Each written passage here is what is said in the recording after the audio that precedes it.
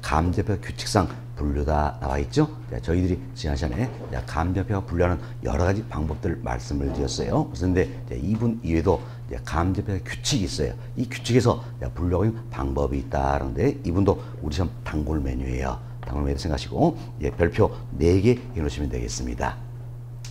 별표 4개 해놓으시기 바라겠습니다. 내주시고 감정 규칙 여기에 온다면 원칙은 대원칙은 개별평가예요. 대원칙은 개별평가다 이렇게 생각하시면 되겠습니다. 대원칙은 개별평가다. 그렇지만 예외적으로 일괄 평가도 허용이 되고 있고요.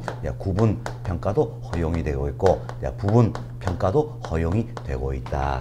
이분도 여러분들이 예를 통해서 용어 정리를 잘 하셔야 되는 겁니다. 자, 먼저 개별평가야. 개별평가는 대원칙이라고 했죠? 말 그대로 보세요. 개별로 평가하는 것이다. 이렇게 보시면 돼요. 대상 물건마다 개별로 평가한다. 이게 개별평가예요. 자, 우리가 이런 예를 한번 들어볼 수 있겠죠. 자, 이와 같은 하나의 필지가 있다는 이야기예요. 그럼 하나의 필지 이 자체가 어때? 하나의 물건이다 할 수 있겠지요. 하나의 물건이니까 이 필지 어때? 나름대로 평가가 이루어진다는 이야기예요. 이게 바로 뭡니까? 개별평가다 할 수 있겠죠. 또 여기에 이와 같은 또 하나의 필지가 있다라는 이야기예요. 그럼 이도 한 필지다, 하나의 물건이다 할 수 있겠죠. 이 필지 나름대로 어때? 평가가 이루어진다라는 이야기예요. 이 필지 나름대로 평가가 이루어진다. 이게 바로 뭡니까? 개별평가다. 이렇게 생각하시면 되겠습니다. 처음 감정평가는 대상 물건마다 개별로 가야 한다. 대원칙이다. 이거 뭡니까?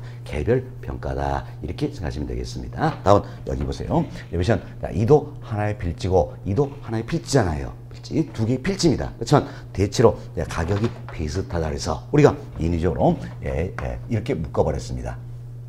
인위적으로 이렇게 묶어놓고 이걸 가르쳐서 뭐라고 표현했습니까? 획지 이렇게 표현했죠. 그래서 획지는 뭡니까? 가격순 유사한 일단의 토지를 말한다라는 이야기야. 그럼 이 사례는 두 개의 필지가 어때? 하나의 획지가 되는 경우다 할 수 있겠죠. 그래서 가격순 유사하기 때문에 이걸 어떻습니까? 이렇게 일괄해서 평가할 수가 있다는 이야기예요. 이걸 해서 우리가 뭐랄 것인가? 일괄 평가다. 이렇게 표현하는 겁니다. 일괄해서 평가할 수 있다. 이걸 일괄 평가다. 이렇게 표현하는 겁니다. 다음 또 우리가 이제 이런 예를 한번 들어봅시다. 그래서 이제 토지와 건물로 구성된 복합 부동산이 있다는 이야기예요. 이처럼 토지와 건물로 구성된 복합 부동산이 있다. 근데 이때 토지도요 하나의 물건이고 건물로 때 하나의 물건이다 할 수 있겠죠. 뭐 됩니까?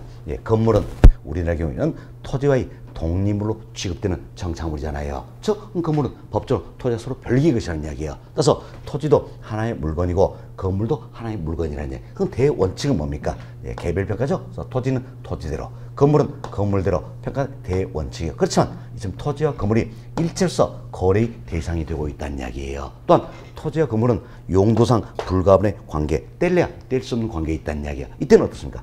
토지와 건물을 일괄해서 평가하겠다는 이야기예요. 그래서 토지와 건물로서는 복합부동산은 일반적으로 일괄해서 평가가 이루어진다 할 수 있겠습니다. 이걸 뭐라 합니까? 일괄 평가란다. 이렇게 생각하시면 되겠어요. 자, 일괄 평가란다 이 생각하시고 다음은 또 우리가 이제 이런 예를 한번 들어봅시다. 이것은 하나의 필지가 있다는 이야기예요. 하나의 필지가 있으면 이 필지는 어때? 하나의 물건이잖아요. 따라서 이 필지 나름대로 평가가 돼야 되겠지요. 그렇지만 이처럼 이제 도로에 접하고 있다 보니까 쓰이는 용도가 다르더라는 이야기예요. 그래서 전면부는 상업용으로, 후면부는 주거용으로 쓰이고 있더라. 비록 하나의 필지만 쓰인 용도가 다르더라는 이야기예요. 용도가 다르기 때문에 가치가 다르더라는 이야기예요. 그래서 상업용으로 쓰이는 이 부분과 상업용으로 쓰이는 이 부분과 주거용으로 쓰이는 이 부분을 어떻습니까? 주거에 쓰이는 이 부분을 구분해서 평가를 하겠다는 이야기예요. 평가했다. 자, 그래서 상업용으로 쓰이는 이 부분과 주거에 쓰이는 이 부분을 구분해서 평가를 하고 이걸 더해버리면 이 하나의 토지의 가치를 구할 수가 있다라는 이야기예요. 이걸 해서 우리가 뭐냐 구분해서 평가한다서 구분평가다 이렇게 표현하는 겁니다. 자, 다음 또 우리 이제 건물입니다. 건물만 우리가 따져보자는 이야기야. 그럼 건물만 따져보면 이 건물은 어떻습니까? 하나의 물건이 된다 할 수 있겠지요. 그렇지만 쓰이는 용도가 다르더란 이야기예요. 다르더라서 위에는 주거용으로, 아래는 상업용으로 활용이 되고 있더란 이야기예요. 흔히 이와 같은 건물 뭐랍니까? 주상 복합 건물이다 이렇게 표현하는 거죠. 시험 건물, 우리 건물만 지금 생각하는 겁니다. 하나의 물건이지만 쓰이는 용도가 다르더란 그래서 가치가 다르더란 이야기. 그래서 어때? 상업용으로 쓰이는 이 부분과 주거용으로 쓰이는 이 부분을 어떻습니까? 구분해서 평가할 수가 있다라는 겁니다.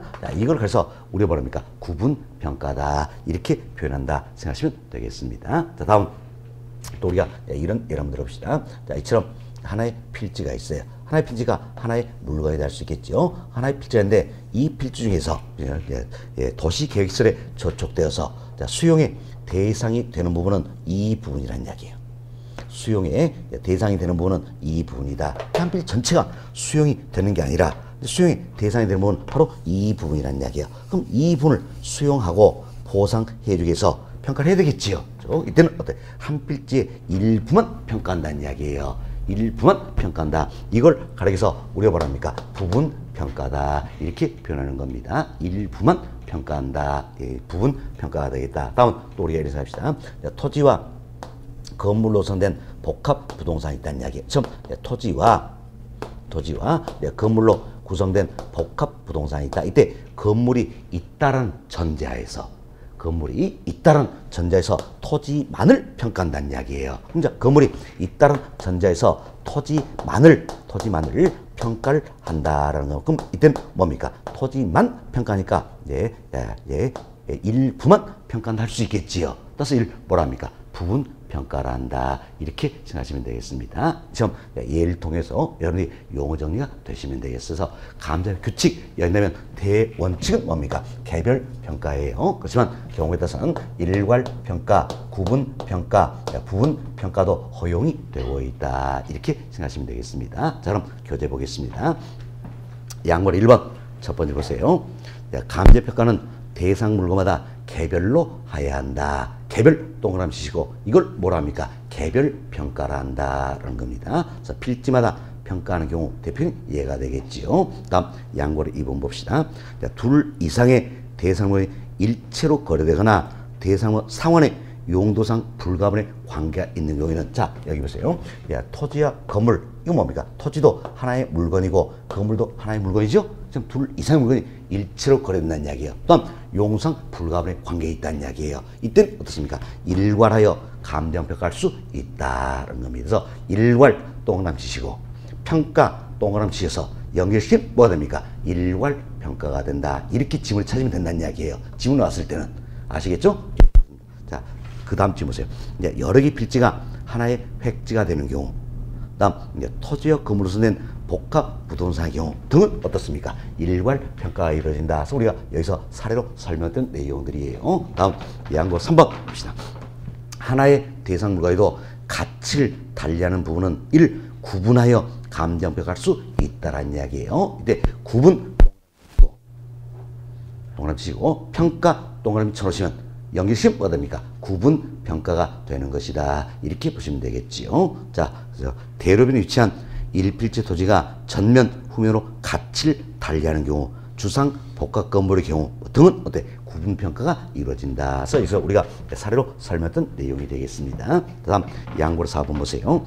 자, 일체로 이용되는 대상물의 일부에 대하여 감정 평가할 특수한 목적이나 합리적 이유가 있는 경우에는 그 부분에 대하여 감정 평가할 수 있다라는 이야기예요. 이때도 부분 동그라미 치시고 평가 동그라미 치면 뭐가 됩니까? 부분 평가가 되는 것이다라는 겁니다. 자, 1필지 토지 일부분이 도시군 계획설이 저촉되어 수용될 경우 저촉 부분에 대해서 보상 평가하는 경우, 복합 부동산에 있어서 건물과 결합하여 이용된 것을 전제로 하여, 즉 건물이 있다는 전제에서 토지만을 평가한다는 이야기예요. 자, 이들이 다 어디 합니까? 부분 평가에 해당한다. 그래서 이제 우리가 사례 통해서 말씀드렸죠? 됐습니다. 여기서 용어 정리 잘해주면 되겠어요. 자, 이분도 굉장히 중요한 부분이라 했지요. 그래서 478페이지 보세요. 보충학습에 제가 이제 박스에 넣어드렸는데 1번 이 내용이 지금까지 설명드린 규칙 관련된 내용이에요. 그래서 규칙에서 정의 원칙 중 하나가 개별 물건, 기준, 원칙 등이다라는 겁니다. 결국 뭡니까? 대원칙은 개별 평가다. 끝은 예외적으로 일괄 평가, 구분 평가, 부분 평가도 허용이 되고 있다 생각하시고 다시 한번 살펴봅시다. 동그라 1번 감정 평가는 대상 물건마다 개별로 하여야 한다. 이게 뭡니까? 개별 평가. 동그라 2번 둘 이상의 대상물이 일체로 거래되거나 대상물 상원의 용도상 불가분의 관계에 있는 경우에는 일괄하여 감정평가할 수 있다. 1. 뭐랍니까? 일괄평가. 또 3번 하나의 대상물에도 가치를 달리하는 부분은 1. 구분하여 감정평가할 수 있다. 뭡니까? 구분평가가 되겠지요. 또 4번 일체로 이용되는 대상물의 일본에 대하여 감정평가할 특수한 목적이나 합리적 이유가 있는 경우에는 그 부분에 대하여 감정평가할 수 있다. 이게 뭡니까? 부분평가가 되는 것이다. 이렇게 생각하시면 되겠어요. 어때? 용어 정리 어려운 거 아니죠? 이렇게 정리하시면 되겠습니다. 자, 그리고 그 하단에 예제가 나와 있죠. 예제 간단히 봅시다. 다음 용어에 대해 설명 틀린 것은 자, 보기 5번 한번 봐보세요. 보기 5번 보시면 자, 일체로 이용되는 대상물의 일부에 대하여 감정평가할 특수한 목적이나 합리적인 이유가 있는 경우에는 그 부분에 대하여 감정평가하는 경우를 말한다 했잖아요. 얼른 어디에 동그라미 치겠어요? 부분, 평가 동그라미 치면 이걸 뭐라 합니까? 부분평가라 한다. 그래서 맨 앞지 보니까 구분평가. 아, 잘못되어 있구나. 알 수 있겠죠? 이렇게 찾는 겁니다. 아시겠죠? 그래서 답은 몇 번입니까? 5번이 되는 것이다. 구분평가 아니라 부분평가에 대한 설명이죠. 좀 부분평가에 대한 설명이다 생각하시고 답은 5번이 되겠다. 이렇게 보시면 되겠습니다. 됐습니다. 자, 이렇게 해서 우리 교재 1장 감정평가 기초이론이다. 이 부분은 다 정리해드렸습니다. 다음은 여러분교재 481페이지로 넘어갑니다. 481페이지 2장 부동산 가격 이론이다 소개되는데 이분은 2장 2부는 최근 5개 동안 우리 시험에서 한 문제로 안 나오거나 또 한 문제로 나온 적도 있는 영역이에요. 그리고 지난 시험도 역시 한 문제로는 나오지 않았습니다. 여러실 이번 시험도 마찬가지예요. 한 문제로 안 나올 수도 있지만 한 문제로 나올 수도 있는 영역이다. 이렇게 생각하시면 되겠습니다. 그래서 우리 교재는 1절부터 3절까지 3계절로 구성이 되어 있어요. 1절은 부동산 가치와 가격에 대해서, 2절은 부동산 가치의 발생 요인 및 형성 요인, 3절은 가격 제원칙이다. 처음 3계절로 구성이 되어 있습니다. 모두가 출제에 대해서 되고 있는 겁니다. 그래서 이제 1절부터 하나씩 말씀을 드리도록 하겠습니다. 자, 먼저 1번 챕터 부동산의 가치와 가격이다 라는데, 자, 이건 여기 보세요. 이제 흔히 우리가 이제 내구재다 이런 표현합니다. 내구재는 뭡니까? 오래 쓰는 지화지요. 즉 오래 쓰는 지화는 효용이 단기적으로만 발생할까요? 장기적으로 발생할까요? 장기적으로 발생한다. 참 효용이 장기적으로 발생한다. 그래서 내구재의 경우에는 가치와 가격이 다르다는 이야기예요. 따라서 내구재 경우에는 가치와 가격을 구별을 해야 된다는 겁니다. 그렇지만 비내구재가 있어요. 비내구재다. 비내구재는 오래 쓸 수 없는 지화죠. 사과 지금 먹어버리면 그만이라는 이야기예요. 그럼 이는 효용이 장기적으로 발생합니까? 단기에만 발생합니까? 단기만. 따라서 비내구재의 경우에는 가치와 가격이 같다라는 겁니다. 같아서 가치와 가격을 구분할 필요가 있어요, 없어요? 없다라는 이야기예요. 없다. 경제학에서는 이렇게 설명하고 있다는 이야기예요. 그럼 이제 이 견해한다면 부동산은 내구재입니까? 비내구재입니까? 내구재다. 오래 쓴 지하다. 내구재다 할 수 있겠죠? 자, 부동산은 지금 내구재가 되기 때문에 결국 부동산의 가치와 부동산의 가격은 다르다는 거예요. 그래서 가치와 가격이 구별이 돼야 된다는 겁니다. 그래서 이제 이 견해를 쫓아가지고 우리가 이제 부동산의 가치와 가격을 구분을 해보자는 겁니다. 자, 그럼 우리가 이제 이런 예를 들어봅시다. 자, 이와 같은 A라는 대상 부동산이 있다라는 겁니다. 이때 감정평가론에서 우리가 대상 부동산이다 이 표현을 하는 겁니다. 대상 부동산 이 표현하면 감정평가의 대상이 되는 부동산이다 이렇게 생각하시면 되겠어요. 그래서 감정평가의 대상이 되는 부동산이다라는 겁니다. A라는 대상부산에 가치라는 게 있다냐. 가치는 우리가 value 이렇게 표현하는 거죠. 그럼 가치는 뭐겠습니까? 처음 대상 부동산으로부터 그래서 장래에 기대되는 유무형의 편익이 있다라는 이야기예요. 자, 편익은 이익입니다. 이익인데, 자, 이 대상 부동산부터 장래 기대되는 유형적인 편익도 있고 무형적인 편익도 있다는 이야기예요. 이때 유형적인 편익은 금전적인 부분이에요. 자, 보세요. 이제 이 대상사부터 장래 금전적인 이익을 얻어볼 수 있어요, 없어요? 있겠지요. 그렇죠? 다음 무형적인 건 비금전적인 거예요. 그래서 정신의 만족감 이런 거란 이야기야. 자, 보세요. 이 대상 부동산부터 장래 정신의 만족감도 얻어볼 수 있잖아요. 이처럼 장래 기대되는 자 유무형의 편익 이익이 있다란 이야기야. 이를 어때? 현재 가치로 환원한 값을 가리켜서 어때? 우리가 부동산의 가치다 이렇게 표현하는 겁니다. 그리고 가치는 자 미래를 현재로 바꿔놓은 값이에요. 따라서 가치는 뭡니까? 현재의 값이 되는 것이다. 이렇게 생각하시면 되겠습니다. 다음은 이제 우리가 이렇게 합시다. 2019년 12월 1일이다. 참 일정 시점이랄지도 대상부산의 가치는 몇 개나 있을 것인가? 구하고자 목적에 따라서 여러 개 존재한다라고 보시면 되겠습니다. 자, 보세요. 2019년 12월 1일입니다. 12월 1일 현재 이제 이 대상부산의 장부 가치는 것도 있겠지요. 또 담보 가치는 것도 있겠지요. 과세 가치도 있겠지요. 보상 가치도 있겠지요. 이처럼 일정 시점이랄지라도 가치는 구하고자 목적에 따라서 여러 개 존재할 수 있다. 이렇게 생각하시면 되겠습니다. 다음 이제 자 부동산의 가격이라는 게 있어요. 흔히 우리 프라이스 이렇게 표현하죠. 가격은 매수와 매도 사이의 교환의 대가를 의미하는 겁니다.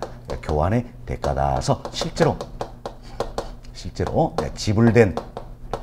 지불된 금액을 의미하는 것이다. 이렇게 보시면 되겠습니다. 자, 그럼 보세요. 이 같은 대상부산이 지난 2019년 1월 1일 날 30억의 거래가 되었더라는 얘기예요. 그럼 교환의 대가 실제로 지불된 금액은 얼마입니까? 30억. 이걸 뭘 한다? 가격. 이렇게 이야기하는 겁니다. 가격. 따라서 가격은 실제로 지불된 금액이지요. 이미 지불이 돼버렸다는 이야기예요. 따라서 가격은 어떻습니까? 과거의 값이 되는 것이다라는 겁니다. 그리고 2019년 12월 1일이다. 이것은 일정 시점을 기준하면 가격은 어때? 30억 하나만 존재하는 거잖아요.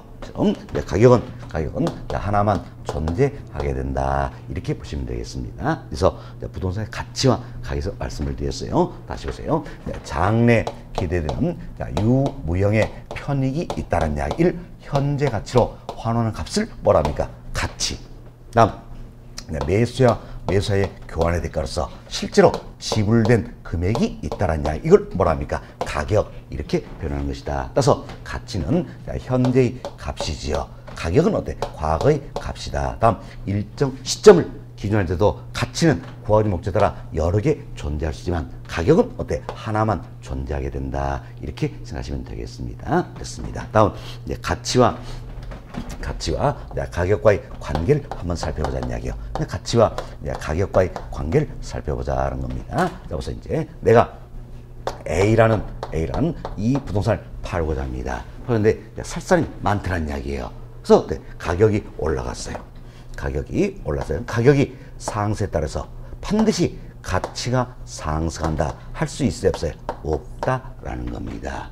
없다라는 거예요. 자, 그럼 우리가 이런 예를 들어봅시다. 이런 예를 들었는데, 자, 가치가 30억이에요. 그럼 30억인데, 살 사람이 많아지고 35억에 팔렸더라는 이야기예요. 그럼 35억에 팔린다 그래서 가치가 35억이다. 이게 반드시 올라가는 겁니까? 아니란 이야기예요. 그러니까 여기는 어떻습니까? 마이너스 5억이라는 오차가 존재하게 된다는 겁니다. 자, 다음 또 이제 우리 생각합시다. 가격이 하락했어요. 자, 내가 이제 이민 가는 바람에 자, 어때? 이 A란 이 부동산 싸게 팔고 갔다는 이야기예요. 싸게 팔고 갔다. 그럼 자, 보세요. 30억의 가치가 있는데 25억 이렇게 싸게 팔고 갔다는 이야기예요. 그래서 가격 하락했죠. 그래서 가치가 반드시 떨어진다. 할 수 있어요, 없어요? 없잖아요. 그렇죠? 그래서 가격이 하락한다 해서 반드시 가치가 하락한다 할 수는 없다는 겁니다. 그럼 이때는 어떻습니까? 여기는 플러스 5억이라는 오차가 존재하는 것이다. 할 수 있겠지요. 이처럼 가치는 가격 플러스 마이너스 오차가 되는 것이다라는 겁니다. 그래서 가치는 가격 플러스 마이너스 오차로 구성이 된다. 그래서 오차는 이처럼 플러스일 수도 있지만 마이너스일 수도 있다라는 이야기예요. 그래서 여러분이 이 내용을 통해서 자, 가격이 상승한다서 반드시 가치가 상승한다 할 수는 없다라는 이야기예요. 가격이 하락한다서 반드시 가치가 한다 할 수는 없다라는 겁니다. 뭐 때문에 오차라는 게 존재하기 때문이다. 이렇게 생각하시면 되겠어요. 그렇지만 반대로 가치가 상승하면 가격은 어때? 상승한다 할 수 있겠지요. 다음 가치가 하락하면 가격은 어때? 하락한다 할 수가 있다는 겁니다. 그렇죠? 이제 가격이 상승하기 위해서는 먼저 때 가치가 상승을 해야 된다는 이야기예요. 사실 가치가 없다면 가격이 어때? 나오지 않겠죠? 그래서 이제 가격이 상승해서는 먼저 가치가 상승을 해야 된다는 겁니다. 따라서 가격의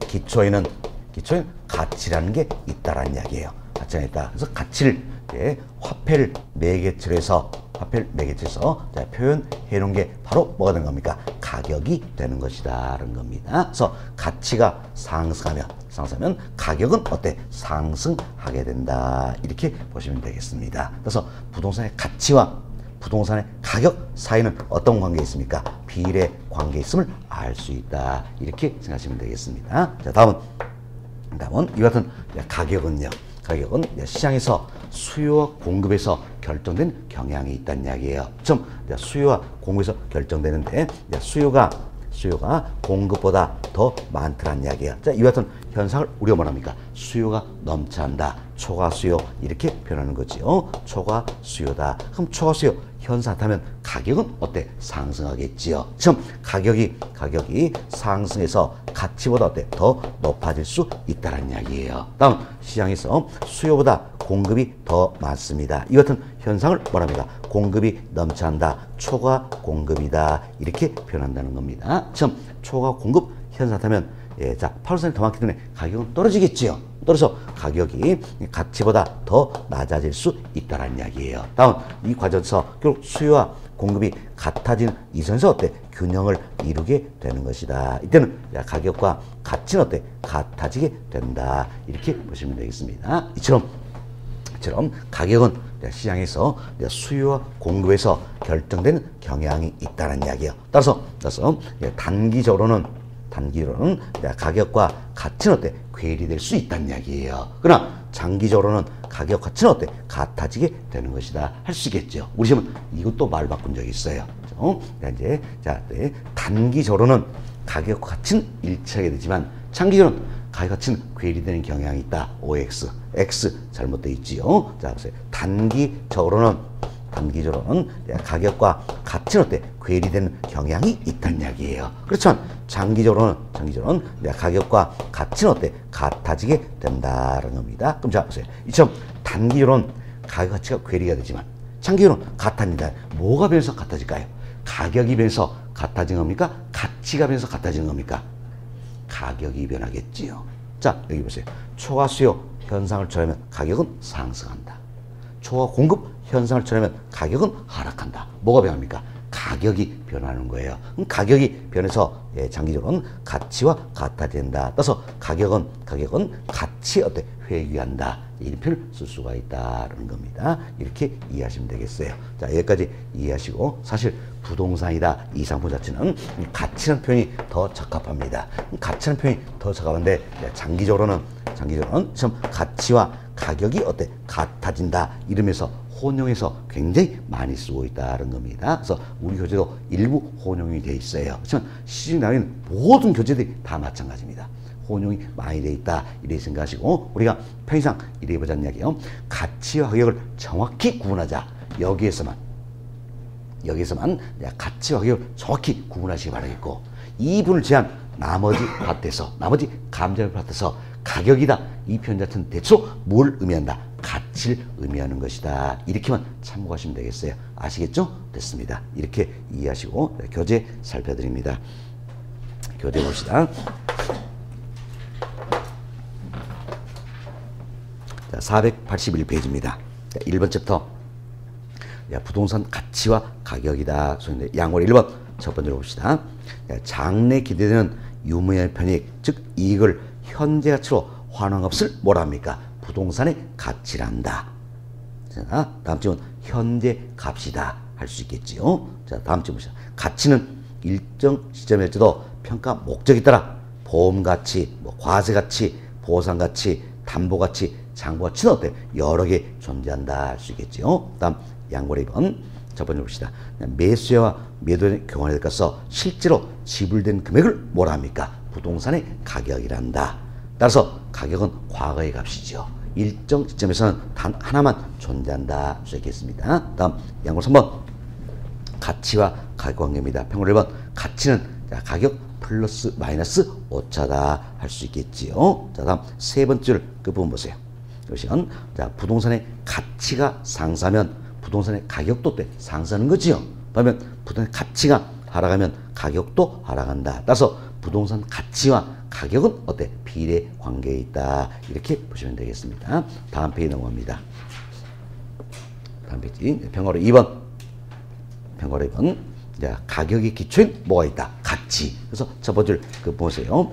자, 가격의 기초에는 가치가 있으며 이런 가치가 화폐를 매개체하여 즉 돈으로 표현된 게 바로 뭡니까? 가격이다라는 겁니다. 결국 가치는 주관적, 추상적인 개념이죠. 그렇지만 가격은 가치가 시장을 통하여 화폐단을 구현된 객관적, 구체적인 개념이다 할 수 있겠습니다. 다음 평균 3번 가격은 시장에서 수요와 공급에 결정된 값이라는 이야기예요. 값이다. 따라서 첫 번째 끝부분 보세요. 단기적으로 가치와 괴리될 수 있지요. 그러나 장기적으로는 가치에 회귀한다는 이야기예요. 결국 가격이 변해서 가치가 어때? 같아진다 할 수 있겠죠. 그래서 단기적으로는 이처럼 가격과 가치가 어때? 괴리될 수 있지만 장기적으로는 가격과 가치는 같아진다. 뭐가 변해서? 가격이 변해서 가치와 같아져서 가격은 가치로 어때? 이렇게 회귀한다. 이 표현을 쓴다라는 겁니다. 됐습니다. 자, 이렇게 이해하시면 되겠어요. 그리고 평균 4번에 가치와 가격 비교다 박스 나와 있잖아요. 이 박스가 지금까지 설명 내용은 어때? 요약 정리한 내용이에요. 이분들은 읽어보셔도 되겠습니다. 다음 2번 챕터로 넘어갑니다. 2번 챕터 시간 부동산 가치의 종류다 속인데 옆에다가 별표 3개 해놓으시기 바라겠어요. 2번 챕터 옆에다가는 별표 3개 해놓으시고 이미 설명드렸어요. 첫 번째 보세요. 자, 일정 시점일지라도 부동산의 가치는 어때? 평가 목적이나 조건 따라 여러 가지가 존재한다 할 수 있겠죠. 우리 여기 설명된 거죠. 자, 부동산 가치는요. 가치는 이처럼 일정 시점이 할지라도 구하고자 하는 목적에 따라서 여러 개 존재할 수 있다는 이야기예요. 다양한 가치에 대해서 용어 정리하자 그 이야기예요. 정리하자 하시고 먼저 양고로 1번 내용입니다. 양고로 1번은 투자 가치와 시장 가치다 속에서 보는데 이분 간단히 설명을 드립니다. 먼저 투자 가치라는 게 있습니다. 투자 가치는 어떻게 볼 것인가? 장래 기대되는 소득이 있다라는 이야기예요. 또는 먼저 편익이 있다, 뭐 수입이 있다, 좋습니다. 처음 장래 기대되는 소득이 있다는 이야기예요. 장래 기대되는 소득을 장래 기대된 소득을 할인율로 할인한 값이다라는 겁니다. 이때 할인율은 뭘 사용할 것인가? 할인율은 투자자의 요구 수익을 사용을 한다는 이야기예요. 우리 요구 수익을 배웠죠? 자 보세요.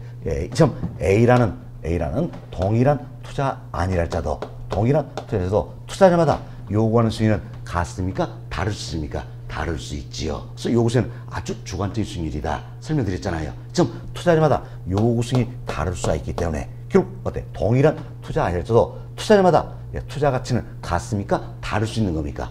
다를 수 있다는 이야기지요. 그래서 투자 가치는 아주 어때?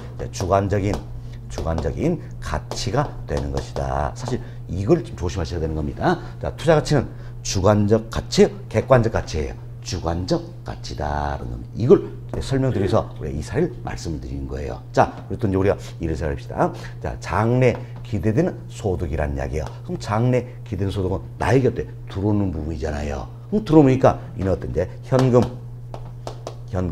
유입이다 표현할 수 있겠죠. 이걸 어때? 할인율로 할인했으니까 현재 가치로 바꾸는 값이다. 그래서 현재 가치 이걸 줄여서 우리가 현가 이렇게 표현하는 겁니다. 결국 투자 가치는 현금 유입의 어때? 현재 가치 성격이다 할 수 있겠지요. 자, 입에서 시장 가치라는 게 있어요. 시장 가치. 자, 시장 가치는 감정평가 앞으로 다 배우겠지만 감정평가 3방식에 의해서 구한다는 이야기예요. 근데 감정평가 3방식에서 구한다. 그래서 오늘 우리 이런 말씀드렸죠? 감정평가 1등에서 원칙적으로 구하고자는 바로 뭡니까? 시장가치. 시장가치다. 그래서 감대표가 삼박식동에서 구한다는 얘기. 즉 시장가치는 공정한 시장에서 형성되는 어때? 객관적 가치다라는 얘기. 즉 공정한 시장에서는 객관적 가치는 누구든지 이 금액을 지불하고 어때? 살 수 있다는 이야기예요. 그럼 이 금액을 지불한다는 이야기는 이건 내고 나는 거죠. 따라서 이는 뭡니까? 현금 유출의 현재 가치 성격이다. 이렇게 보시면 되겠습니다. 이처럼 이제 투자 가치는 투자 주에 따라 달라지는 동일한 투자일지라도 투자 주에 따라서는 아주 주관적인 가치가 되어 있고, 다음 시장 가치는 공정한 시장에서 형성된 어때 객관적 가치다 할 수 있겠지요. 이걸 잘 구분하시고, 다음 우리 의사결정을 내려보자는 이야기예요.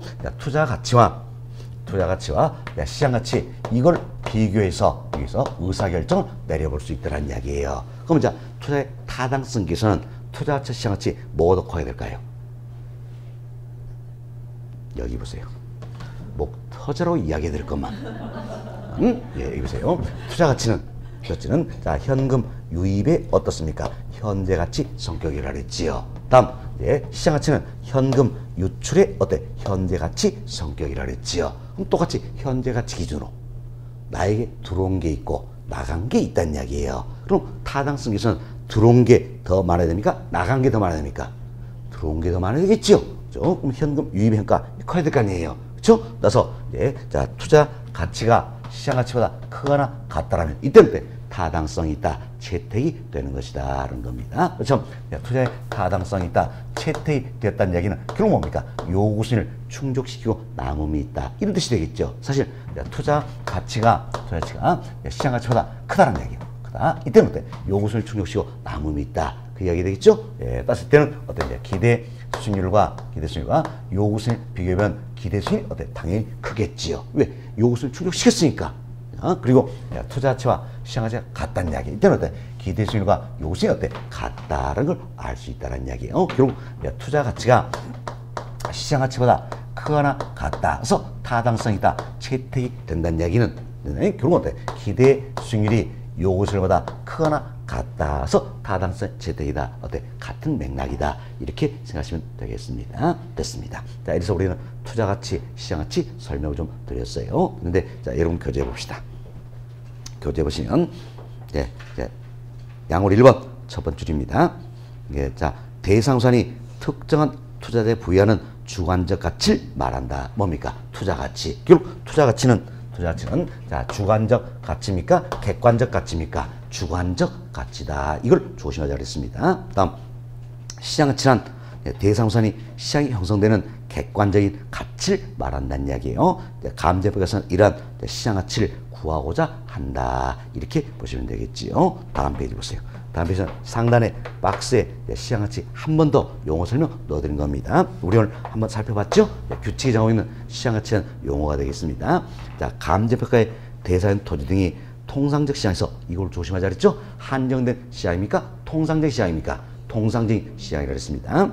자, 충분한 기간 동안 거래를 공개된 후 그 대상 내용에 정통한 당사 사이에 신중하고 자발적인 거래의 경우 성립 가능성이 가장 높다고 인정되는 대상물의 가액을 규칙에서는 뭐라 합니까? 시장 가치란다. 이런 게 시장 가치다. 이렇게만 우리가 보시면 된다 그랬습니다. 시장 가치는 공정한 시장에서 형성된 객관적 가치를 말한다. 이렇게 생각하시면 되겠습니다. 자, 그리고 여기까지 말씀드리고 여러분 교재 몇 페이지를 한번 보시냐면요.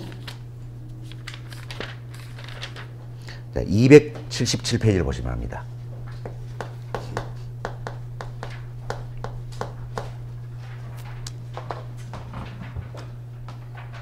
자, 277페이지를 보세요. 찾으셨나요?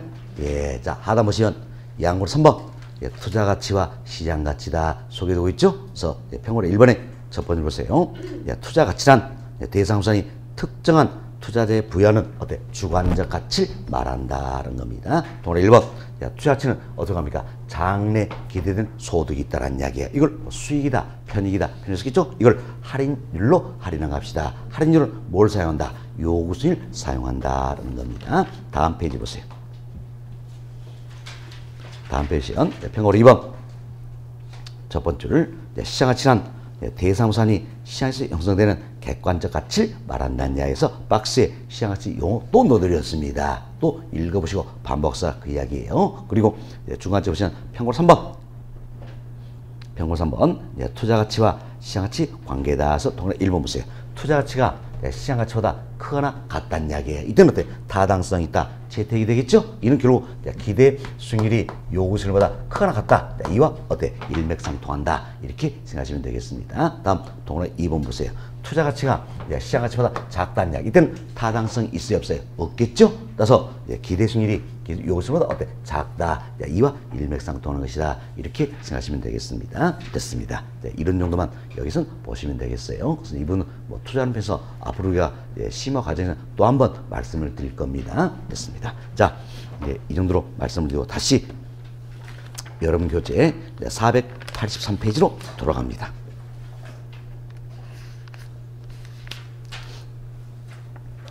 자, 양호를 2번 봅시다. 자, 양호리션 사용가치와 교환가치다 속였는데 첫 번째 보세요. 대상자산이 특정한 용도로 사용됐을 때 가져진 가치를 뭐라 한다? 사용가치란다라는 겁니다. 자, 보세요. 특정한 용도로 사용된다는 이야기야. 이때 지을 수 있는 가치를 사용가치. 자, 다음 그 아래줄을 대상자산이 시장에서 매도되었을 때, 즉 교환되었을 때 형성되는 가치를 뭐라 한다? 교환가치란다. 그럼 우리가 이걸 통해서 사용가치와 교환가치는 동일한 개념입니까? 다른 개념입니까? 엄연히 다른 개념이다 할 수 있겠지요. 그래서 용어 정리 잘 하시면 되겠어요. 자, 특정한 용도로 사용되었을 때 가질 수 있는 가치를 어때? 사용가치. 이제 시장에서 매도, 즉 교환되었을 때 형성 가치를 어때? 교환가치란다는 겁니다. 다음 양호 3번 동그라미 1번 봅시다. 보험금 산정과 보상에 대한 기준으로 사용된 가치가 있다는 이야기예요. 일단 보험금 산정 들어있죠? 그래서 보험가치. 보험가치. 동그라미 2번 소득세나 제한세 부과한데 기준으로 사용된 가치는 뭡니까? 세금이니까 과세가치. 그렇지? 동그라미 5번 두 번째 끝 보세요. 장부상의 잔존가치는 뭡니까? 장부가치. 동그라미 6번 첫 번째 끝 봅시다. 공공목적의 비경제적 이용이 있을 때 대상자산이 지닌 가치를 뭘 한다? 공익가치란다. 그러죠. 공공목적이니까 어때? 공익가치란다. 이렇게 생각하시면 되겠어요. 자, 이렇게 해서 여러분들이 지문을 보시면서 이런 걸 무슨 가치란다. 이 용어만 잘 정리하시면 되겠어요. 아시겠죠? 됐습니다. 그래서 용어 잘 정리하시면 되겠습니다. 다음 2번 챕터 다 말씀드렸고 3번 챕터 중요성 없습니다. 넘어갑니다. 484페이지로 보세요. 484페이지 중간쯤에 보충학습 박스가 들어있죠. 이 박스 통해서 용어적인 하나 더 해놓으시면 되겠습니다. 자, 우리가 지금까지 이런 설명을 드렸어요. 수요와 공급의 상호작용에 의해서 부동산의 가격이 결정된다. 이 설명 드렸잖아요. 이때 결정된 가격은 다시 수요와 공급에 영향을 미쳐줄 수 있어요, 없어요? 있다라는 이야기예요. 이거라서 우리가 부동산 가격의 이중성이다. 이렇게 표현한다는 겁니다. 가격의 이중성이다. 이렇게 이제 용어 정리 해주시면 되겠습니다. 그래서 교재 보세요. 부동산 가격은 수요공급의 상호작용에서 결정되고 결정된 가격은 다시 수요공급에 영향을 미치게 된다. 이를 뭐랍니까? 가격의 이중성이란다. 이렇게 생각하시면 되겠습니다. 됐습니다. 자, 그리고 그 아래 예제가 들어있지요. 예제는 다 설명드린 내용이에요. 여러분들이 풀어보시기 바라겠습니다. 다음 2절로 넘어갑니다. 자, 2절은 부동산 가치의 발생 요인 및 형성 요인이다. 소개되고 있는데, 자, 먼저 자, 우리가 이렇게 정리합시다. 자, 부동산 가치의 발생 요인이라는 게 있다는 이야기야. 가치의 발생 요인이다. 이는 뭡니까? 부동산의 가치를 발생시키는 요인이다. 이렇게 생각하시면 돼요. 뭐 때문에 부동산의 가치가 발생하시가? 먼저 부동산 우리에게 효용 또는 유용성을 제공을 해주고 있다는 이야기예요. 처음 부동산이 우리의 제공 효용 유용성도 부동산 용도에 따라서 달라진 경향이 있다는 이야기. 주거용은 쾌적성, 편리성을, 상업용은 수익성, 공업용 생산성을 제공해준다 할 수 있겠지요. 다음 부동산 수요는 어때? 유효 수요를 의미한다라는 겁니다. 우리 배웠죠? 유효 수요는 뭡니까? 실질적 실질적 수요다 할 수 있겠죠. 참, 유효수에 대해서는 두 가지 필요하죠. 먼저 사고자 마음이 있어야 되겠죠. 구매 의사, 즉 구매 욕구가 있어야 된다. 자, 이것만 가지고는 유효수 할 수 있어요, 없어요? 없죠. 여기에 뭐가 따라야 됩니까? 구매력, 즉 지불 능력이 겸비가 돼야 된다는 겁니다. 이점 구매 의사, 구매 욕구에 구매력, 지불 능력이 겸비된 수요를 뭡니까? 유효수요, 실질적 수요란다. 그래서 부동산 수요는 유효수요를 말한다는 이야기예요. 다음 세 번째, 부동산은 상대적으로 희소하다는 이야기예요. 상대적 희소성이 있다는 겁니다. 자, 상대적으로 희소하다는 이야기는 있긴 있어요. 아예 없다면 절대적으로 희소하다 이런 표현을 쓸 겁니다. 상대적으로 희소하는 있긴 있어요. 그러나 우리가 원한 만큼 있는 건 아니더란 이야기예요. 자, 생각해보세요. 토지 있긴 있잖아요. 그러나 우리가 원한 만큼 있는 건 아니더란 이야기예요. 이를 뭡니까? 상대적으로 희소하다 이렇게 표현합니다. 이처럼 자, 부동산 우리에게 효용, 유용성을 제공해 준다는 이야기예요. 부동산 수요는 유효수요다. 상대적 희소성이 있다. 이 같은 요인들이 상호 결합이 돼서 그래서 부동산의 가치를 발생시키게 된다. 따라서 효용 또는 유용성이다. 유효수요, 상대성 이 세 가지를 뭡니까? 부동산 가치의 발생 요인이다. 이렇게 표현하는 겁니다. 자, 그럼 여기 보세요. 우리가 이제 이런 예를 한번 들어봅시다. 그런데 여기에 사막이 있어, 사막인데 사막 한 가운데 주택이 이렇게 한 채가 있다는 이야기예요. 그럼 사막 한 가운데 이 주택은 우리에게 효용을 제공해준다 할 수 있어요, 없어요? 없잖아요. 그렇죠? 또 이 사막 한가운데 이 택은 살려고 합니까, 안 합니까? 안 하겠죠? 유효수도 아니란 이야기예요. 그렇지만 상대적으로 희소하다 할 수 있잖아요. 자, 그럼 무슨 이제 이 경우에는 효용, 유용성을 적용할 수도 없고 유효수요 될 수 없다는 이야기. 그러나 상대는 희소하다는 이야기야. 그럼 이거 하나만 가지고 가치가 발생한다 할 수 있어요, 없어요? 없잖아요. 흔히 우리가 사막 한 가운데는 이 택은 가치가 있다라고 이야기합니까? 없다라고 합니까? 없다 이야기하죠. 없다라는 겁니다. 예, 따라서 이거 하나만 가지고 가치가 발생한 게 아니란 이야기예요. 이 요인들이 상호 결합이 돼서 가치가 발생을 하는 것이다. 이렇게 생각하셔야 되는 겁니다. 우리 시험은 이렇게도 출제했다는 이야기예요. 자, 효용, 유효수요, 상대성, 가치 발생 요인 중 어느 하나만 있어도 부동산 가치는 발생한다. OX, X 하나만 있어 가치가 발생은 아니죠. 이 요인들 상호 결합되어서 가치가 발생한다는 이야기예요. 그래서 결합 이 두 글자가 중요한 거. 그래서 별로 못 느끼신 것 같아서 지금 이 사례를 말씀드린 거예요. 이 중에 하나만 있어 가치 발생은 아니란 이야기예요. 이 요인들이 상호 결합이 돼서 가치가 발생한 것이다. 이렇게 생각하시면 되겠습니다. 자, 그리고 학자에 따라서는 여기에 이제 하나를 더 포함하기도 하는 겁니다. 미국의 링 교수님이에요. 그런데 교수님 성함이 중요한 건 아닙니다. 이 교수님은 부동산 소유권 이전되더라는 이야기예요. 그렇죠? 이전되더라서 이전성, 즉 양도 가능성 여기까지 포함해서 가치 발생 요인이다. 이렇게 설명하고 있다 생각하시면 되겠습니다. 됐습니다. 이 정도 이해하시고 여러분 교재해 보겠습니다. 자, 1번 챕터입니다. 첫 번째로 보세요. 부동산 가치는 중간점, 효용 또는 유용성이지요. 유효수요, 상대적 이성 등의 세 가지 요인이 상호 어떻게 결합되어 발생한다. 결합 동그라미치고 상호 결합되어 발생한다는 겁니다. 이들을 부동산 가치의 발생 요인이란다는 거죠. 그 아래 줄 보세요.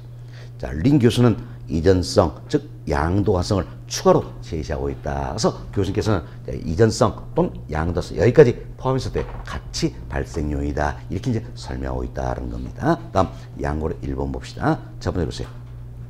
효용 또는 유용성은 인간의 필요한 욕구를 만족시킬 수 있는 재화의 능력을 말한다는 겁니다. 동그라미 1번 첫 번째 끝부분 보세요. 주거용 부동산 경우에는 쾌적성, 그 아래 줄 편리성, 상업용 부동산 경우에는 수익성, 공업용 부동산 경우에는 생산성을 들 수 있다. 결국 부동산 용도에 따라 우리의 지구의 효용, 유용성은 달라진다는 겁니다. 동그라미 2번 대상자의 물리적 특성뿐만 아니라 토지 이용 규제 등 같은 공법상의 제한 및 소유권의 법적 특성도 대상자한테 효용에 영향을 미친다 할 수 있겠지요.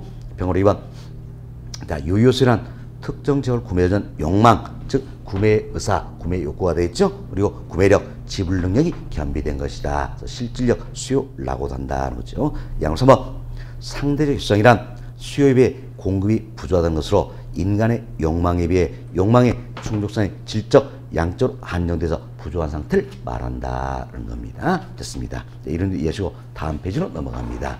다음 페이지는 자 이제 자 부동산 가치의 형성 요인이다 이렇게 소개되는데 자 이제 부동산 가치의 형성 요인이라는 게 있어요. 이때 자 형성 요인에서는 가치 발생 요인에 영향을 미쳐준 요인을 말하는 겁니다. 자, 잘 보세요.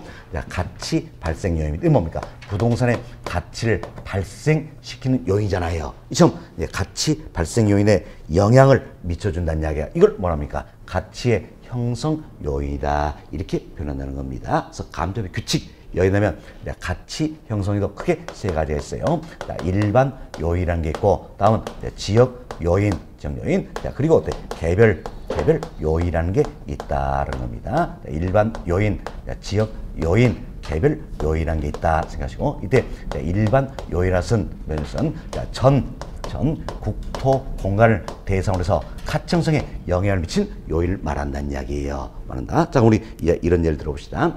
전국 어디를 막론하고 KTX 역사가 들어서나면 가청성에 영향 미칠 수 있어요, 없어요? 있잖아요. 또 전국 어디를 막론하고 학군이 좋다면 이 자체가 가청성에 영향 미칠 수 있어요, 없어요? 있다라는 겁니다. 이게 이제 바로 전 국통을 대상으로 해서 일반 요인이다라는 겁니다. 다음 지역 요인이라는 게 있어요. 자, 이건 우리 이렇게 합시다. 이 같은 감정평가의 대상이 되는 부동산이 있다는 이야기예요. 그래서 감정평가의 대상이 되는 부동산이 있다. 그럼 자, 이 대상산이 속해 있는 자, 이 지역에서 대상산의 가청성에 영향 미친 요인이 있어요, 없어요? 있겠죠. 이를 가려서 지역 요인이다 이렇게 이야기하는 거. 어쩌면 일반 요인이 지역적으로 축소된 것이다 할 수 있겠습니다. 그래서 지역 요인에서는 대상 지역에서 대상산의 가청성에 영향을 미치는 요인들이다 할 수 있겠죠. 그럼 처음 대상산 평가하기 위해서는 대상 가치를 평가하기 위해서는 이 지역에서 가청성에 영향을 미치는 요인 파악할 필요가 있어요, 없어요? 있지요.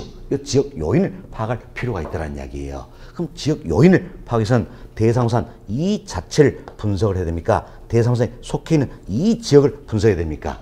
지역을 분석해야 되겠죠? 지금 지역을 분석을 가서 우리가 지역 분석이다 이렇게 표현하는 겁니다.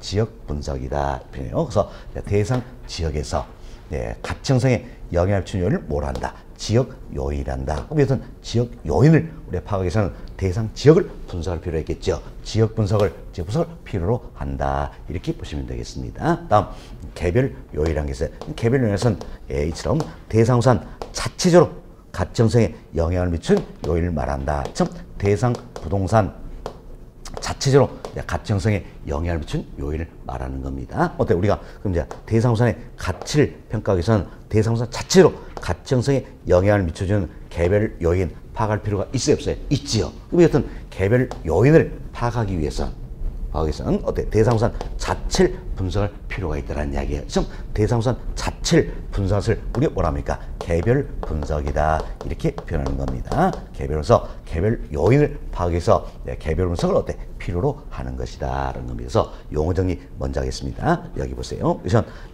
대상 부동산이 속해 있는 이 지역에서 가청성에 영향을 미쳐주는 요인들을 뭐라 했습니까? 지역 요인. 다음 대상부산 자체로 가청성에 영향을 미친 요인은 뭡니까? 개별 요인. 다음은 이제 지역 요인을 파악하기 위해서는 이 지역을 분석할 필요 있겠죠? 지역 분석.